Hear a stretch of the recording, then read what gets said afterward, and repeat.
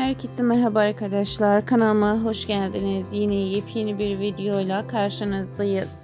Kan Çiçekleri dizi oyuncuları Barış Baktaş ve Yağmur Yüksel'den kamera arkası yepyeni görüntüler geldi. Barış Baktaş ve Yağmur Yüksel'in setten gelen yepyeni fotoğraflarını sizlerle paylaşıyorum. Umarım videomuzu beğenirsiniz.